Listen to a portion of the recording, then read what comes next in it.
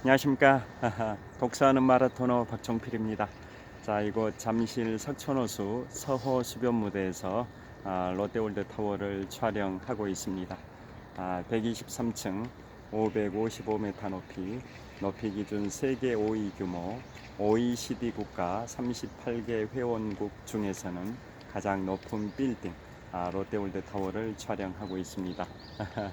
이곳은 잠실 석촌호수 서호 수변무대입니다. 자, 현재 시각은 2023년 5월 9일 화요일 아침 6시 20분 정도 됐습니다. 제가 자전거를 타고 잠실 한강공원을 통해서 한강 자전거 길로 진출하면서 계속 촬영하도록 하겠습니다. 화이팅! 자, 다시 한번 롯데월드타워를 촬영해 보겠습니다.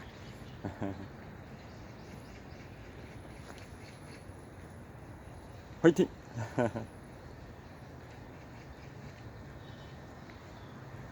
자, 이동을 시작하겠습니다.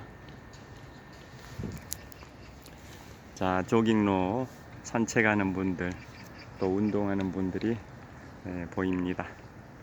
이곳은 잠실 석촌호수 서호 수변무대입니다. 자, 북동쪽 방향에 롯데월드타워고 동쪽 방향에서는 오늘의 찬란한 태양이 떠오르고 있습니다. 자, 이동하겠습니다.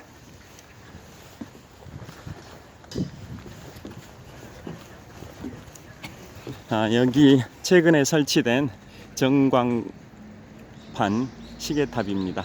미세먼지, 초미세먼지 보통이고 현재 시각은 6시 20분입니다. 5월 9일 화요일 아침 6시 20분입니다.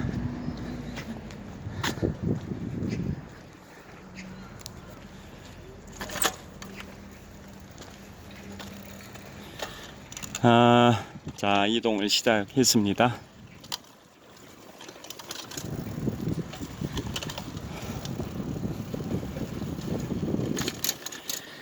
제가 어제 퇴근길에는 세계 3대 해전에 관하여 말씀을 드렸었는데요. 세계 3대 해전이라고 하면 기원전 480년 제3차 페르시아 전쟁 당시에 그리스 연합함대가 페르시아의 대군을 섬멸시킨 살라미스 해전, 두 번째가 서기 1588년 임진왜란이 발발하기 4년 전 시점인데요. 그 당시 엘리자베스 1세 영국 여왕 시절에 영국 해군이 그 당시에 세계 최강의 해군력을 자랑하던 스페인의 무적 함대를 격침시켰던 칼레 해전, 그 다음에 마지막으로 서기 1805년 나폴레옹 전쟁 시대에 영국의 호레이쇼 넬슨 제독이 이끄는 영국 함대가 프랑스 스페인 연합 함대를 섬멸시켰던 트라팔카르 해전, 이상 세계 해전이 세계 3대 해전인데요. 자, 시작을 하겠습니다.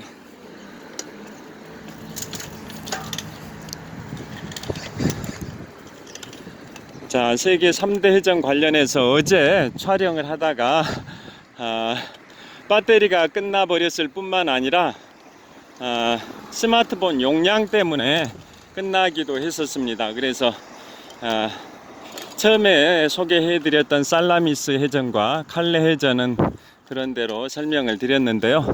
반면에 트라팔카르 해전은 제대로 설명을 못 드리고 끝나버렸습니다. 그래서 오늘은 세계 3대 해전 중에 가장 최근이라기보다는 가장 나중에 발생했던 트라팔카르 해전에 관하여 말씀드리겠습니다. 트라팔카르 해전은 나폴레옹 전쟁 시대에 발생이 됐는데요. 장소가 스페인의 남서쪽에 있는 트라팔카르 고대에서 발생이 돼서 명칭을 트라팔카르 해전이라고 합니다. 그 지역이 스페인의 남서쪽에 위치한 해상이죠. 곳이라는 건 호미곶, 장상곶, 뭐 간절곶 이런 식으로 육지에서 돌출된 부분을 곳이라고 하죠. 그래서 스페인의 남서쪽의 트라팔카르 곶에서 발생이 됐고요. 교전 국가는 영국과 프랑스, 스페인 연합 함대 사이에서 벌어졌던 해상 전투입니다. 자, 그래서 그 당시에 영국은 호레이쇼 넬슨 제독이 해군 지휘관이었고, 프랑스하고 스페인 연합 함대는 밀레브 제독이 해군 지휘관이었습니다. 그 다음에 거기에서 결과부터 말씀드리면 영국의 그 유명한 전설적인 해군 제독인 호레이쇼 넬슨 제독이 전사하면서 승리를 했던 해전이고, 세계 3대 해전으로 역사의 길이 남아 있습니다. 자, 그 다음에 병력 피해, 거기에 참가했던 군함들의 그 병력 동원 규모를 한번 비교해 보면, 전열함이라는 게 있습니다. 전열함이라고 하는 것은 전투에 참가하는 대형 군함으로서 중순양함 이상 크기의 대형 군함을 전열함이라고 합니다. 중순양함 이상 크기의 대형 군함을 전열함이라고 하는데요. 자, 그곳에 참전했던 전열함을 비교해 보면, 영국은 전열함이 27척이었습니다. 프랑스는 전열함이 18척, 스페인은 전열함이 15척입니다. 그리고 프리깃함이라고 있는데요. 이것은 갤러리 아파트 사거리입니다. 자, 프리깃함은 전열함보다는 규모가 약간 작은 중형 군함이라고 보시면 되겠습니다. 그래서 프리깃함은 영국이 6척, 프랑스가 8척입니다. 그래서 거기에 참전했던 군함의 숫자 비교를 정리를 하면, 영국은 중순양함급 이상의 대형 군함인 전열함이 영국은 27척, 프랑스는 18척, 스페인은 15척, 중형 군함인 프리깃함은 영국은 6척, 프랑스는 8척입니다. 그래서 전체적으로 비교를 하면 영국은 전열함이 27척, 프리깃함이 6척, 그 다음에 프랑스하고 스페인의 연합함대는 전열함이 33척, 프리깃함이 8척이었습니다. 그래서 전열함과 프리깃함의 이제 군함 숫자를 비교하면 스페인하고 프랑스의 연합함대가 약간 숫자 우위를 보이긴 했지만은 그 항해 기술이나 그 다음에 전투 경험, 숙련도 측면에서는 그 당시에 영국 해군이 세계 최강이었기 때문에 질적 측면에서는 영국 해군이 훨씬 앞서고 있었던 겁니다. 프랑스하고 스페인의 연합 함대보다 영국 해군의 함대가 훨씬 질적 우위를 보이고 있는 그런 상황에서 교전이 발생이 됐었습니다. 그리고 트라팔카르 해전이 발생이 됐을 당시에 전투 배경을 말씀을 드리면, 그 당시에 트라팔카르 해전은 1805년 10월 21일에 발생이 됐는데요. 나폴레옹의 최전성기 때입니다. 자, 나폴레옹이 1799년에 30살의 나이에 쿠데타를 통해서 실권을 장악했고, 그로부터 5년 후인 1804년에는 35살의 나이로 황제에 등극을 했고, 그 이듬해인 1805년 10월 21일에 세계 3대 해전 중에 하나인 트라팔카르 해전이 발생이 됐는데요. 나폴레옹의 그 최전성기 때 발생했고, 그때까지 나폴레옹은 어떤 전투에서도 져본 적이 없을 정도로 연승을 하고 있었던 그런 상황에서 트라팔카르 해전에서 최초로 패배의 쓴맛을 봤던 그 전투가 세계 3대 전 중에 하나인 트라팔카르 해전입니다. 자, 그래서 그 당시 상황은 나폴레옹의 그 군대에 맞서서 유럽 각국들이 연합군을 형성해 가지고 나폴레옹 군대에 대항하는 이른바 대프랑스 동맹군을 맺어서 싸우고 있었던 상황이고요. 바다에서는 영국이 대프랑스 동맹국의 종주 국가였고, 육지 유럽 대륙에서는 그 당시에 신성 로마 제국의 핵심이었던 오스트리아와 러시아가 유럽 대륙에서는 대프랑스 동맹국을 주도를 하고 있었던 그런 상황이었습니다. 그런데 전쟁이 발발하기 3년 전인 1802년에 프랑스와 영국은 아이맹 화약을 맺습니다. 아이맹 화약을 맺어가지고 일종의 불가침 조약을 맺게 되는데요. 이듬해인 1803년에 영국이 아이맹 화약을 일방적으로 파기를 해버립니다. 자, 파기를 하고 프랑스의 해안, 즉 영불 해협을 해안 봉쇄를 해버립니다. 해안 봉쇄, 그러니까 프랑스가 영불 해협에서 옴짝달싹 못하게끔 영국 해군은 프랑스의 해안을 해안 봉쇄를 시켜버리는 그런 상황이 됩니다. 그래서 나폴레옹으로서는 유럽 대륙을 거의 대부분 지역을 점령한 상황에서 계속 섬나라인 영국이 방해물, 장애물 역할을 하다 보니까 영국을 침공하지 않고는 진정 나폴레옹이 유럽을 석권했다, 평정했다라고 볼 수가 없는 상황이 된 겁니다. 그래서 나폴레옹은 영국을 침공하기로 결단을 내리고 육군 18만 명의 대병력을 프랑스 북서부 불로뉴 항구에 집결을 시켰습니다. 불로뉴 항구에 육군 병력 18만 명을 집결을 시켰는데요. 그 육군 병력이 영국을 침공하기 위해서는 영국에 상륙을 해야 되는데, 그 당시에 영불 해협은 그 당시에 세계 최강의 해군력을 자랑하고 있던 영국 해군이 해상 봉쇄를 하고 있는 상황이었기 때문에 침공하기가, 영국에 상륙하기가 쉽지 않았었던 거죠. 자, 여기 잠실 나들목에 진입하고 있습니다. 자, 여기 내려가서 계속 촬영하도록 하겠습니다. 자, 잠실 나들목입니다.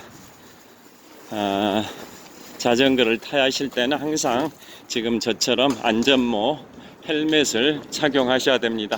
자, 이거 잠실 나들목 통과해서 쭉 전방 50m 지점에 잠실 한강공원이고, 저 끝부분에서 국토종주 자전거길의 일부인 한강 자전거길과 만나게 되어 있습니다. 이 잠실 나들목 위로는 서울의 한강 남쪽 변을 동에서 서로 관통하는 올림픽대로가 뻗어 있습니다. 자, 이곳은 잠실 한강공원입니다. 자, 잠실 한강공원 동쪽 지역에 찬란한 태양이 떠오르고 있습니다. 자, 이번에는 서쪽 지역입니다. 지금 서쪽 지역 전방 한 1.5km 지점에 잠실 종합운동장이 있습니다. 자, 이곳 잠실 나들목. 자, 잠실 나들목에서 서쪽 방향을 촬영하고 있습니다. 잠실 나들목에서 서쪽 방향 운동하는 분들이 꽤 많습니다. 자, 저는 이제 동쪽 방향으로 힘차게 질주하겠습니다. 자, 오늘의 찬란한 태양이 떠오르고 있는 동쪽 방향 잠실대교 남단 방향으로 출발했습니다.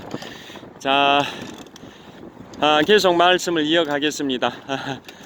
잠실벌 이 시가지를 통과할 때는 교통신호 지켜야 되고 안전사고 유의해야 되다 보니까 말씀드린 내용에 집중하기가 어려운데요. 반면에 이 한강 자전거길은 거침없이 자전거를 질주할 수 있어서 말씀드리는 스토리에 집중할 수 있어서 좋습니다. 여하튼 1802년에 프랑스와 영국 사이에는 아이맹 화약이 맺어졌는데 이듬해인 1803년에 영국이 그것을 일방적으로 파기하고 영불 해협의 해상을 봉쇄를 시켜버리는 상황이었는데요. 그래서 프랑스의 나폴레옹은 영국을 침공하기로 결심을 하고 지상군 18만 명을 프랑스 북서부 불로뉴에 집결을 시켰는데, 그 당시에 영불 해협을 세계 최강의 해군력을 자랑하고 있던 영국 해군이 장악을 하고 있어서 제해권을 가지고 있었던 게 바로 영국이다 보니까 불로뉴 항에 집결시켰던 프랑스 군대 18만 명을 영국으로 수송하기가 어려웠었던 거죠. 그래서 단 24시간 만에 해상 제해권만 확보를 한다면 지상군 18만 명을 영불 해협을 횡단시켜서 영국에 상륙시킬 수 있다라는 계산을 갖고 단 24시간 만에 제해권을 확보하려는 그 전략으로 가게 됩니다. 그래서 처음에 이제 어떤 사람을 스페인 프랑스 연합해군의 사령관으로 임명할지 고민을 했었는데요. 먼저 물망에 올랐던 인물이 원래 트레빌이었는데, 트레빌이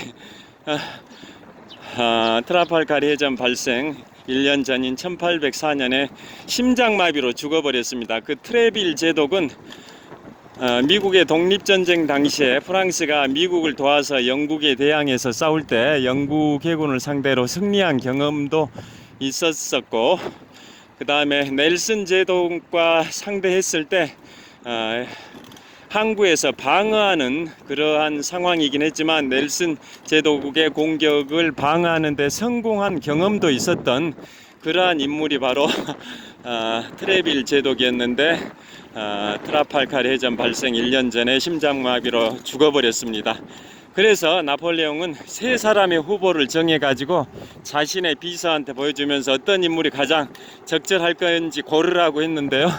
그 비서가 골랐던 인물이 바로 프랑스 스페인 연합함대의 해군 사령관인 빌레브 제독입니다. 빌레브 제독은 패전이긴 했지만은 해전 경험이 있었다, 그 정도 수준의 해군 제독입니다. 그러니까 빌레브 제독은 트레빌 제독에 비하면 한참 못 미치긴 했지만 뭐 어쩔 수 없이 다른 출중한 해군 사령관감이 없어가지고 빌레브 제독으로 정하게 된 거고, 그래서 빌레브 제독은 스페인 함대와 연합해가지고 카리브의 서인도 제도를 공략하기도 했었고 공략하는 데 성공하기도 했었습니다. 그게 트라팔가 해전 발생 6개월 전인 1805년 4월이었었습니다. 그 다음에 귀환하던 도중에 영불 해협으로 가서 영불 해협의 해상 제해권을 24시간 확보하는 데 주력했었어야 되는데 서인도 제도에서 귀환할 때 영불 해협으로 가지 않고 스페인의 남서쪽의 카디즈 항으로 입항을 했습니다. 그 순간에 나폴레옹의 영국 침공의 꿈은 사라져 버렸다라고 봐도 과언이 아닙니다. 그러게 한 이유는 워낙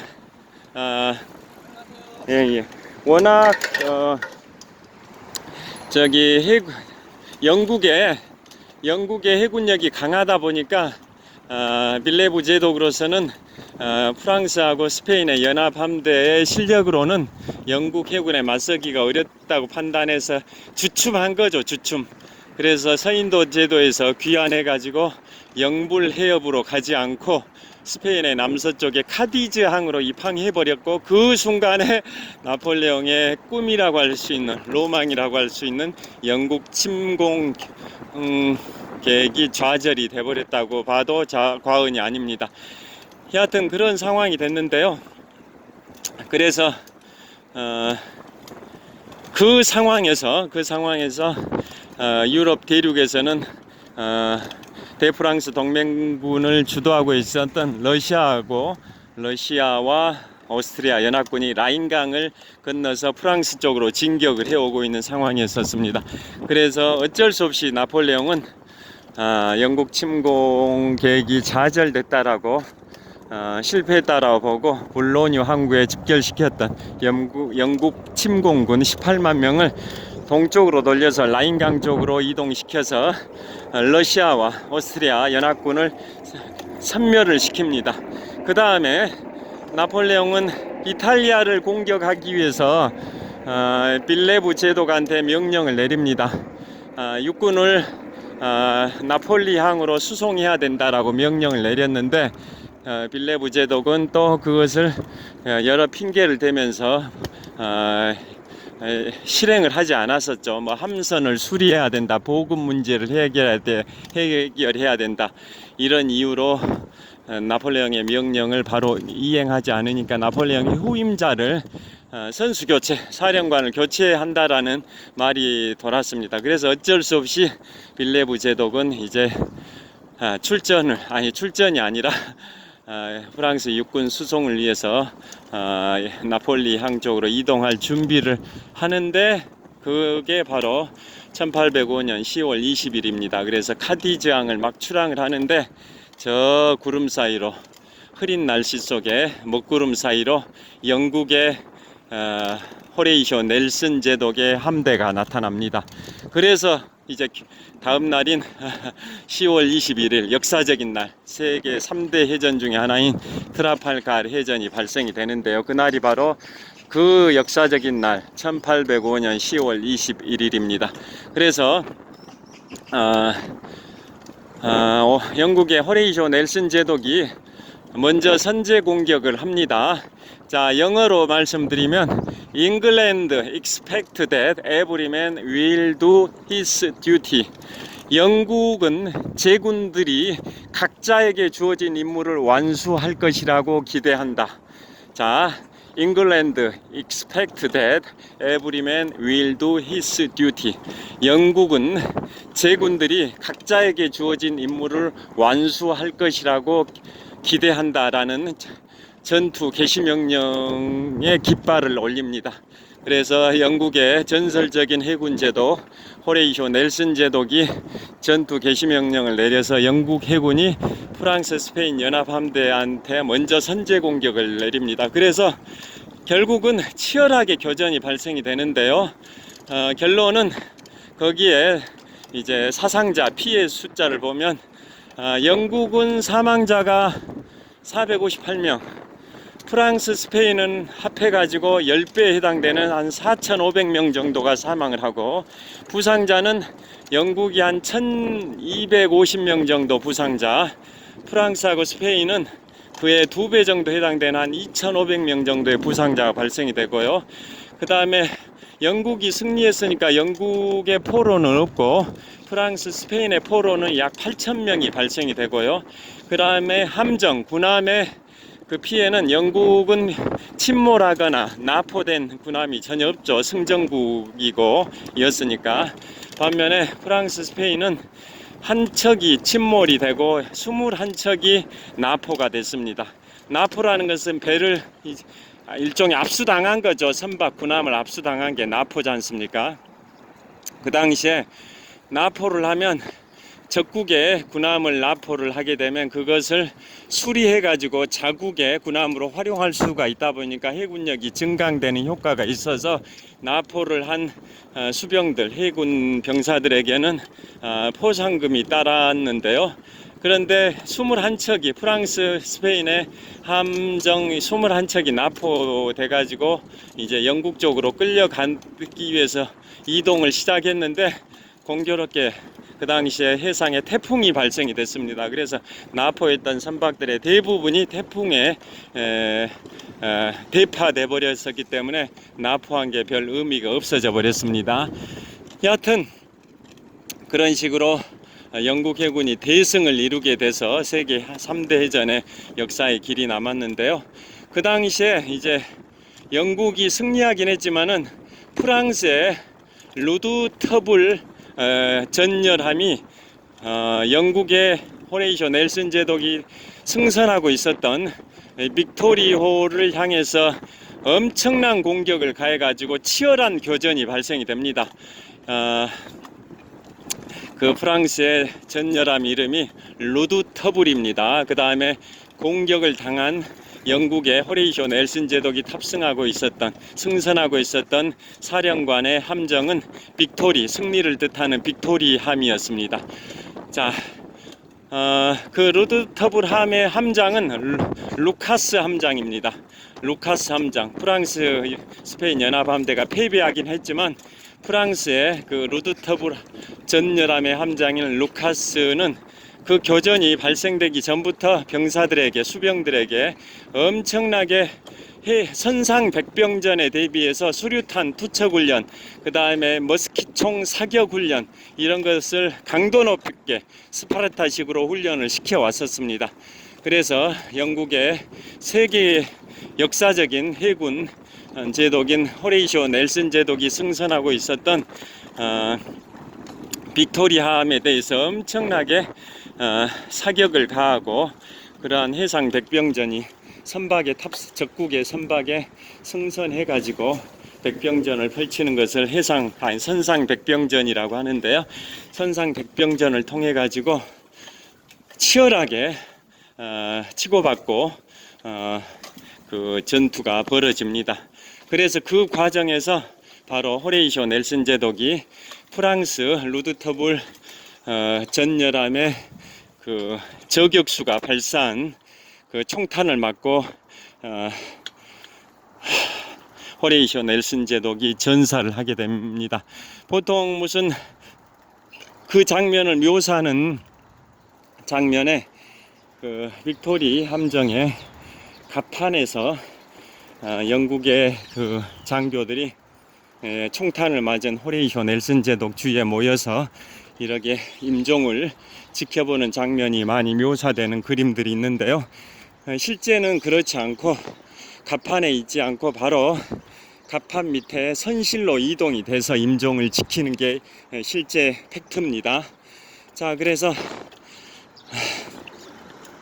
마지막으로 이제 호레이쇼 넬슨 제독이 유언을 남깁니다. 유언. 뭐라고 유언을 남기냐면 오후 4시 반쯤에 호레이쇼 넬슨 제독이 숨을 거둡니다. 1805년 10월 21일 오후 4시 반쯤에 숨을 거두면서 유언을 남깁니다. Thank God I have done my duty. 신께 감사드린다. 나는 나의 의무를 다했다. 호레이쇼 넬슨 제독이 Thank God I have done my duty. 신께 감사드린다. 나는 나의 의무를 다했다. 자, 이순신 장군께서 1598년 11월 19일 음력으로입니다. 음력 11월 19일 노량해전에서 전사하시면서 나의 죽음을 알리지 마라 라는 말씀을 유언으로 남기셨듯이 호레이쇼 넬슨 제독은 Thank God I have done my duty라는 유언을 남기면서 장렬하게 산화를 해 가셨습니다. 그래서 그 트라팔가르 해전이 더 유명한 이유가 호레이쇼 넬슨 제독이 전사하면서 승리했기 때문에 더 유명하기도 합니다. 원래 그 보좌관들이, 참모들이 수수한 제복을 입고 지휘하시라고 조언을 드렸음에도 불구하고 호레이쇼 넬슨 제독은 금실 장식이 된 화려한 제복, 그 다음에 거기에다 훈장까지 다 부착해 가지고 정말 저격수들의 눈에 쉽게 띌 수 있는 그러한 화려한 제복을 입고 전투에 참가해서 저격이 됐을 가능성이 높다고 평가되기도 합니다. 그래서 프랑스의 전열함 루두터블함의 저격수가 돛대 위에서 돛대 위 높은 지점에서 바로 정조준해 가지고 호레이쇼 넬슨 제독을 저격을 시켰습니다. 그러니까 프랑스 루두터블 함장인 루카스 함장이 선상 백병전에 대비해서 엄청나게 머스킷총 사격 훈련, 그 다음에 수류탄 투척 훈련, 이런 것들을 시켰던 결과가 성과를 보인 겁니다. 그래서 프랑스 스페인 연합함대가 영국한테 패배하긴 했지만은 영국의 최고 사령관, 트라팔가르 해전의 영웅이자 주역인 넬슨 제독을, 호레이쇼 넬슨 제독을 전사시켰기 때문에 그 루카스 함장은 나중에 그 전투가 끝난 다음에 나폴레옹으로부터 레종 도네르 훈장을 받습니다. 프랑스가 제정한 최고의 훈장이 레종 도네르 훈장인데요. 그 루드터블 전열함의 함장인 루카스 함장은 트라팔갈 해전의 패장이긴 했지만은 적장인 호레이쇼 넬슨 제독을 전사시키는 엄청난 전과를 거뒀기 때문에 나폴레옹으로부터 직접 레종 도네르 훈장을 수여받게 되고, 또 자기 부하들을 또 챙기는 차원에서 자기한테 이렇게 대우를 해준 만큼 부하들한테도 그런 훈장을 줘야 된다고 주장하기도 했었습니다. 그에 반해서 거기에 총사령관이었던 프랑스 스페인 연합함대 총사령관이었던 빌레브 제독은 트라팔갈 해전 전체적인 패전 책임 있는 패장이었었습니다.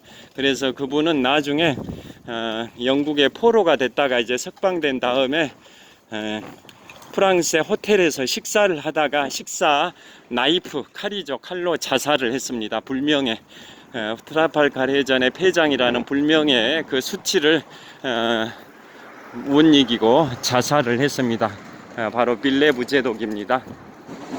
그에 반해서 루카스 함종은 그 유럽을 평정했던 시대의 풍우나 천재적 군사 전략가인 나폴레옹으로부터 직접 레종 도네르 훈장까지 받았었습니다. 자, 이곳에서 좀 건너도록 하겠습니다. 자, 신호가 바뀌었으니까 이곳에서 건너겠습니다. 여하튼 오늘은 그 다음에 아까 그 전투에 참가했던 그 군함들의 수적 비교도 말씀드렸는데요.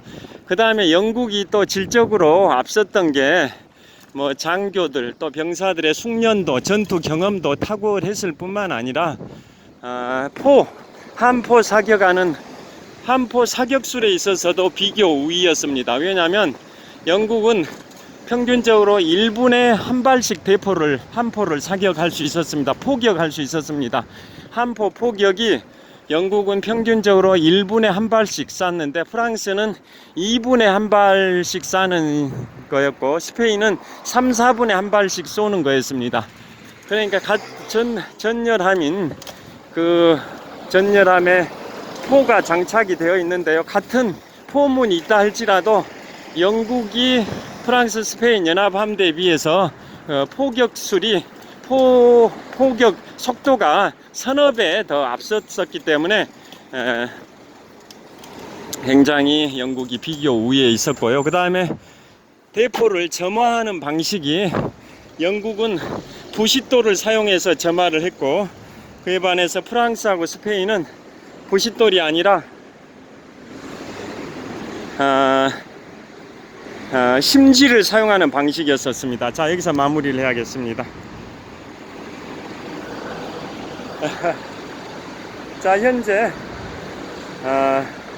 6시 51분입니다.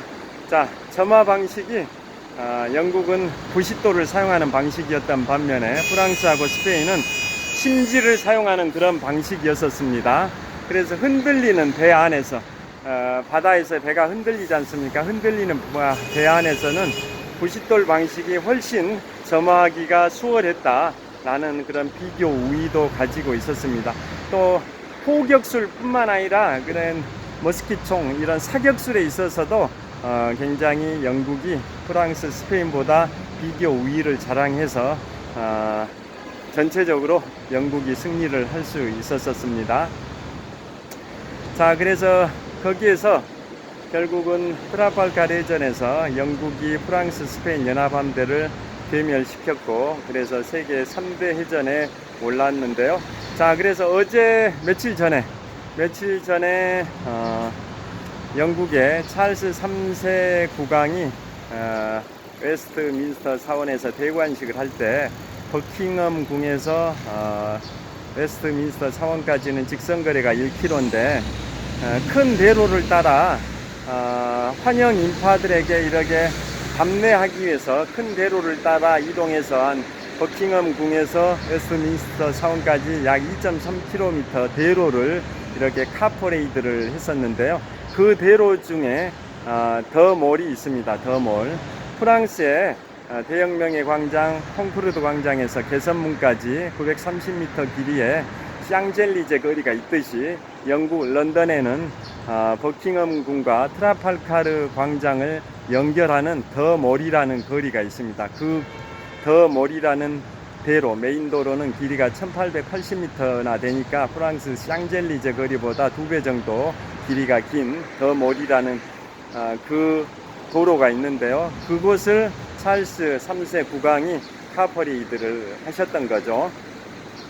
그런데 그 더몰이라는 거리가 바로 영국의 궁전인 버킹엄궁과 트라팔가르 광장을 연결하는 그런 메인 도로입니다. 그래서 영국의 중심에는 트라팔가르 광장이 있습니다. 바로 지금까지 설명드렸던 세계 3대전 중에 하나인 트라팔가르 해전의 영웅인 호레이쇼 넬슨 제독을 기리는 광장이 바로 트라팔가르 광장이고요. 그 트라팔가르 광장은 굉장히 넓습니다. 그 트라팔가르 광장에 서울로 치면 올림픽공원 평화의 문 광장은 뭐 길쭉하게 타원형으로 한 바퀴에 800m 길인데요. 트라팔가르 광장은 뭐 거의 정사각형에 가까운 굉장히 넓은 광장이 트라팔가르 광장인데요.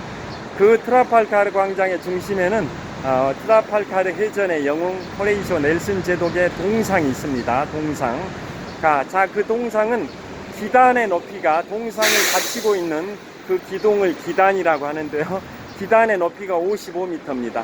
55m 기단 위에 호레이쇼 넬슨 제독이 영불 해협을 바라보고 있는 동상은 높이가 5.6m의 동상이 세워져 있습니다. 즉 동상을 받치고 있는 기단의 높이는 55m니까 굉장히 높습니다.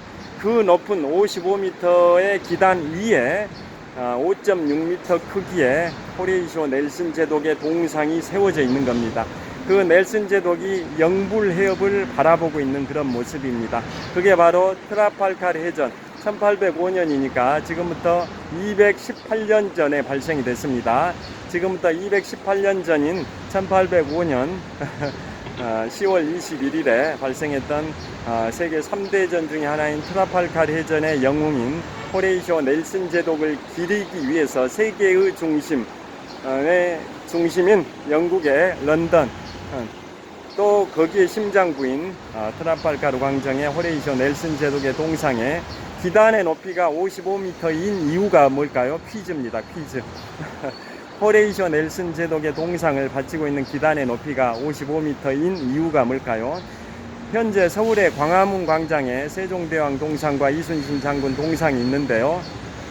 이순신 장군 동상의 높이는 기단 높이가 10.5m고 그 위에 6.5m의 이순신 장군의 동상이 1968년에 세워졌으니까 지금부터 55년 전에 세워졌습니다. 1968년에 이순신 장군 동상이 광화문 광장에 세워졌는데요. 기단 높이는 호레이쇼 넬슨 제독의 기단 높이 55m의 5분의 1 정도 수준인 10.5m의 기단 위에 6.5m 크기의 이순신 장군 동상이 세워져 있습니다. 그에 반해서 호레이쇼 넬슨 제독은 기단 높이가 55m인데요. 퀴즈의 정답을 말씀드리겠습니다. 그 이유는 트라팔가르 해전에서 넬슨 제독이 승선했던 사령관의 배, 즉 빅토리호의 돛대 범선시대의 마지막 전투가 트라팔가르 해전입니다. 세계 3대전 중에 하나인 1588년의 칼레 해전은 범선시대의 시작에 해당되는 전투고, 그로부터 217년이 지난 1805년에 발생한 세계 3대전 중에 하나인 트라팔가르 해전은 범선시대의 마지막 전투입니다. 그 뒤에는 이제 기관 전투죠. 기관은 전기기관이다, 더 발전된 디젤 기관이다, 요즘은 핵추진 항공모함까지 나오고 있는 그런 기계 시대가 됐는데요. 과거에는 처음에는 노를 저어서 추진 동력을 발생시키는 노선시대의 마지막 전투가 1571년에 레판토 해전입니다. 그리고 그 다음 단계가 돛의 힘으로, 돛의 힘으로 동력을 받아서 배가 움직이는 게 범선인데요. 범선 시대의 시작이 1588년에 칼레 해전이고, 범선 시대의 마지막 전투가 1805년에 트라팔가르 해전입니다. 여하튼 그 넬슨 제독의 동상 기단 높이가 55m인 이유는 트라팔가르 해전 당시에 넬슨 제독이 승선했었던 사령관의 그 함정 빅토리오의 돛대의 높이가 55m입니다. 그걸 마스트라고 합니다. 마스트. 돛대를 마스트라고 하는데요. 넬슨 제독이 승선했던 사령관 함정 빅토리오의 마스트, 돛대의 높이가 55m이기 때문에 그걸 상징하기 위해서 트라팔가르 광장에 있는 넬슨 제독의 동상을 떠받치고 있는 기단의 높이가 55m입니다. 같은 세계 3대 해전에 세계 4대 해전하면 이순신 장군의 1592년에 한산도 대첩이 세계 4대 해전에 포함이 되는데요.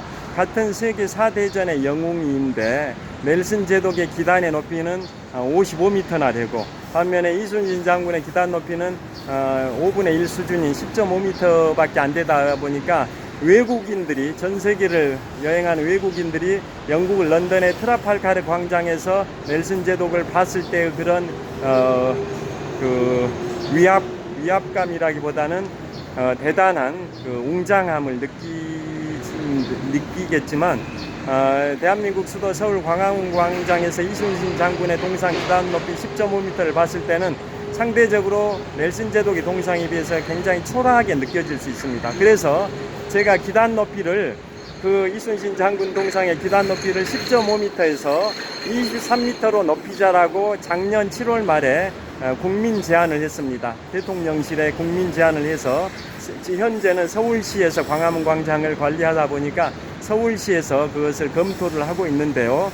23m로 하자는 이유는 그 격차를 좀 넬슨 제독의 동상 기단 높이와 격차를 줄이자는 의미가 있고 또 23m인 이유는 이순신 장군께서 23전 전승의 신화를 갖고 계시는 영웅이시기 때문에 기단 높이 23전 전승의 신화를 상징하기 위해서 기단 높이를 23m로 높이자고 현재 10.5m에서 23m로 높이자고 국민 제안을 작년 7월 말에 했는데 현재 서울시에서 검토를 하고 있습니다. 여하튼 오늘은 세계 3대 해전 중에 하나인 1805년 10월 21일에 트라팔가르 해전에 관하여 말씀드렸습니다. 넬슨 제독의 마지막 유언이 인상적입니다. Thank God, I have done my duty. 신께 감사드린다. 나는 나의 의무를 다했다.